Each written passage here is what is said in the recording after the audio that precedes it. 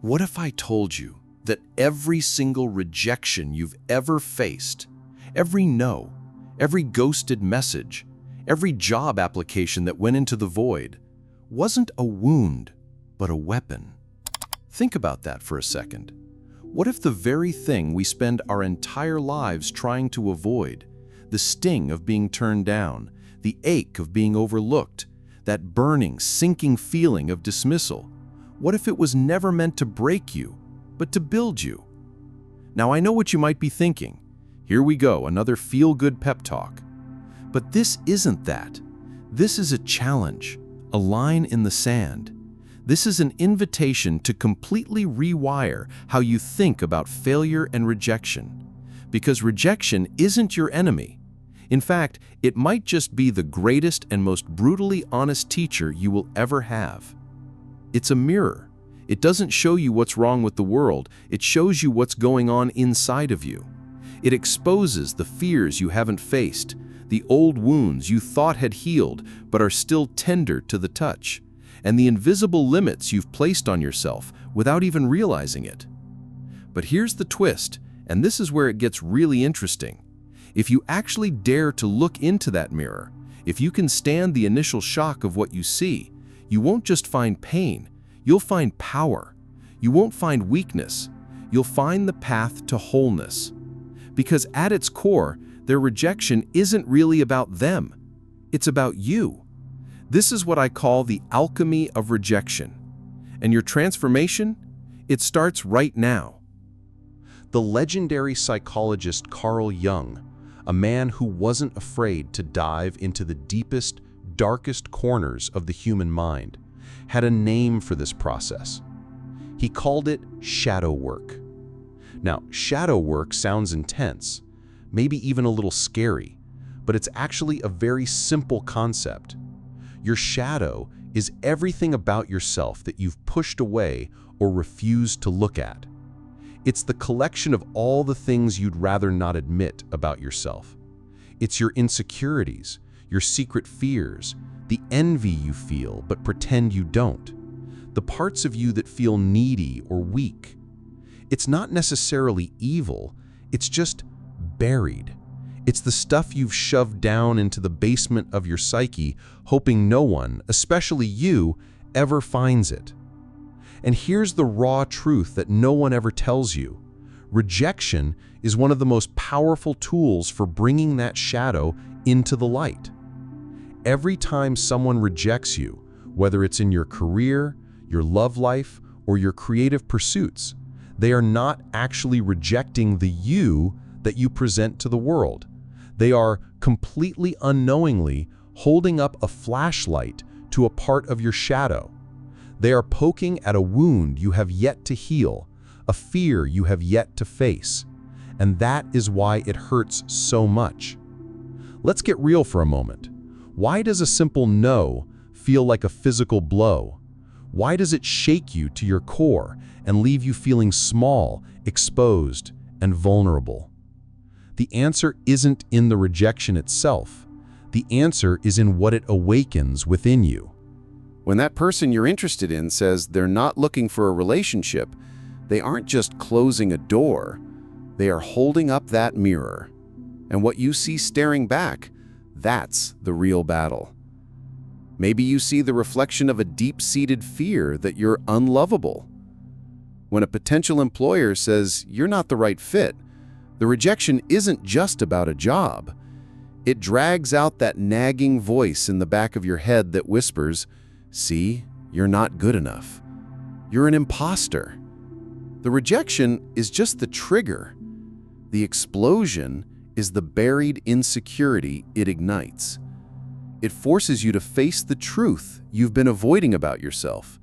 And the truth, as they say, can be a bitter pill to swallow. But, and this is the most important part, that pain is not a curse. It's a catalyst. It's a wake-up call from the universe, screaming, "Hey, there's something right here you need to look at." It's a blinking red light on the dashboard of your soul. If you can be brave enough to stop, turn around, and actually look at what that light is pointing to, you'll discover that rejection is not the end of the road. It's the beginning of a journey deep into yourself, to the place where your greatest power has been hiding all along. So, let's talk about the elephant in the room. The real reason rejection has so much power over us. External validation. We live in a world that is completely obsessed with it. I'm talking about the likes, the follows, the compliments, the promotions, the constant stream of applause we've been conditioned to crave. We've outsourced our sense of self-worth. We measure who we are by how much other people approve of us, by whether they swipe right, double tap our photo, or offer us the job. And in doing that, we've basically handed over the keys to our own happiness. We become slaves to their opinions. We become fragile, anxious, and, let's be honest, desperate. We lose sight of who we actually are because we're so busy trying to be someone we think they will like. But here's the hard truth, the one that's tough to hear. External validation is a mirage. It's a trap. The more you chase it, the more it slips through your fingers, and the more you need it, the less you actually attract it. Why is that? Because neediness has an energy. It's a frequency. It reeks of desperation, and the human mind, whether we're aware of it or not, is wired to pull away from that. It's a survival instinct. Desperation signals a lack, and on a deep, primal level, that feels unsafe.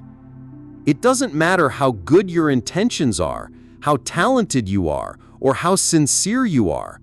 If you are projecting the energy of, "Please, please choose me, I need this to feel okay," you are subconsciously programming them to reject you. This is where the power of detachment comes in. Now, when I say detachment, I don't mean becoming an unfeeling robot. I don't mean being cold or indifferent or pretending you don't care. It's the exact opposite. Detachment is the profound, unshakable understanding that your worth does not and never will depend on someone else's approval. It's the deep inner knowing that you are already whole. You are already enough, right now, as you are. And when you truly embody this truth, when you operate from a place of wholeness instead of a place of lack, something magical happens. You become magnetic. You become irresistible. Why? Because the world can sense that you no longer need it. You are participating, creating, and connecting not because you need something from people, but because you have something to give. And that is the ultimate form of power. This brings us back to shadow work. The reason we desperately seek external validation is because we are running from our own shadow. We are trying to get other people to tell us we're okay because deep down, we haven't given ourselves that same validation. We are looking for an external patch for an internal wound. Shadow work is the courageous process of turning inward and facing that wound yourself. Instead of suppressing the pain of rejection or blaming the person who caused it, you turn toward it. You get curious. You ask yourself the hard questions. You stop asking, "What's wrong with them?" and you start asking, "What is this rejection trying to teach me?" Most people will do anything to avoid this work. It's uncomfortable. It requires you to admit you feel insecure.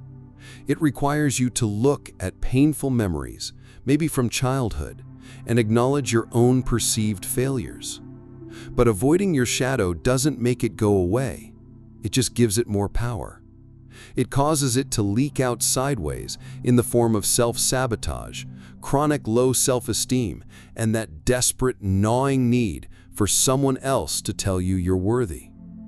Rejection gives you a golden opportunity to start this work.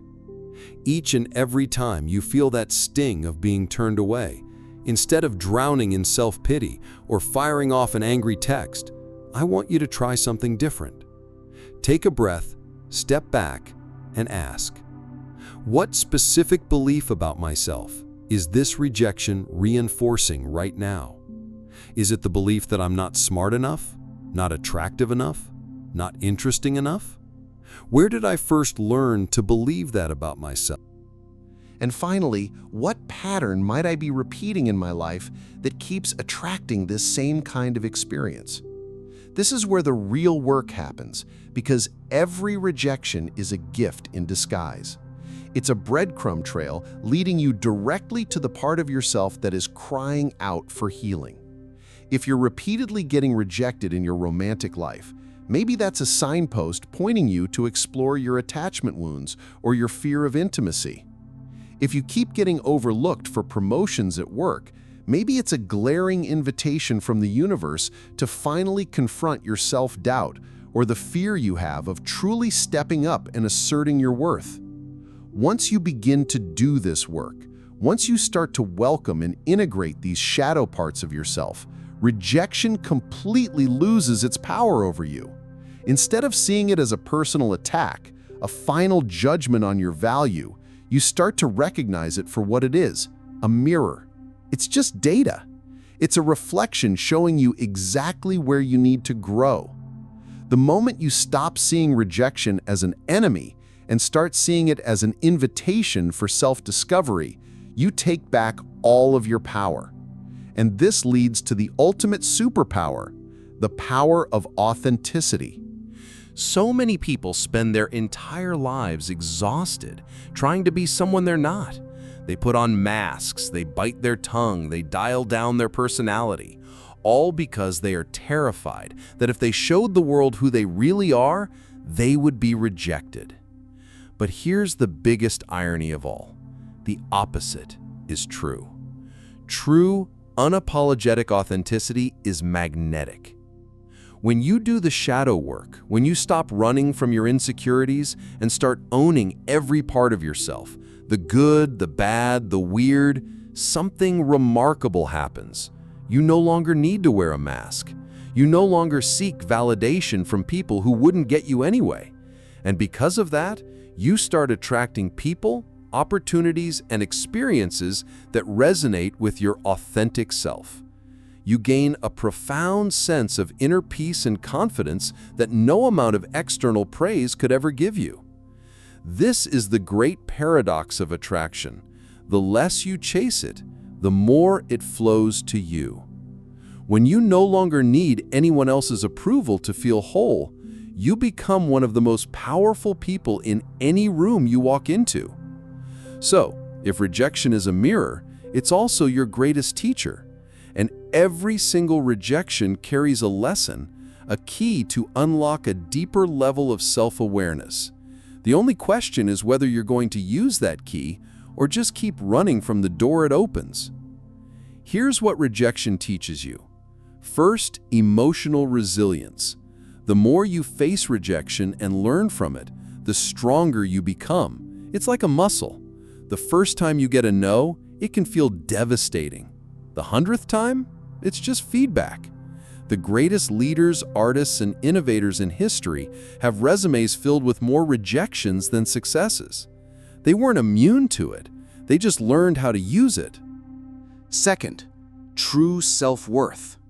Rejection forces you to build your confidence from the inside out. When you can face a no and still know your value, you've developed a level of self-worth that is unshakable because it doesn't depend on anything outside of you. And third, alignment. This one is huge. Every rejection is a redirection. Every door that closes is the universe's way of saying, "Wrong way, this isn't for you." It's gently, or sometimes not so gently, guiding you towards something better, something more aligned with your true path and your personal growth. This brings us to the final, life-changing truth. Rejection is not a wound, it is a window. It is a window into the parts of you that need to grow, the wounds that need to heal, and the incredible, powerful person you truly are beneath all the masks you wear. If you are willing to stop running and just for a moment be brave enough to look into the mirror that rejection holds up for you, you will discover something completely unexpected. Not pain, but power. Not weakness, but wholeness. Because rejection, at its very core, was never about them. It was always about you. It was always about your relationship with yourself. And when you finally realize that, you will never fear rejection again. You will welcome it. You will learn from it. And you will use it as the alchemical fire to forge yourself into the person you were always meant to become. The only rejection that can ever truly break you is the rejection of yourself. And once you stop rejecting yourself, you'll be amazed at how the world stops rejecting you too. This isn't the end of your story. It's the beginning of your transformation. Are you ready? If this message resonated with you, if it challenged you or sparked something inside of you, then don't let the momentum stop here. This is just the beginning. Hit that subscribe button, like this video, and join me on this journey of deep transformation. What's coming next will take you even further. Let's grow, evolve, and uncover the truth together.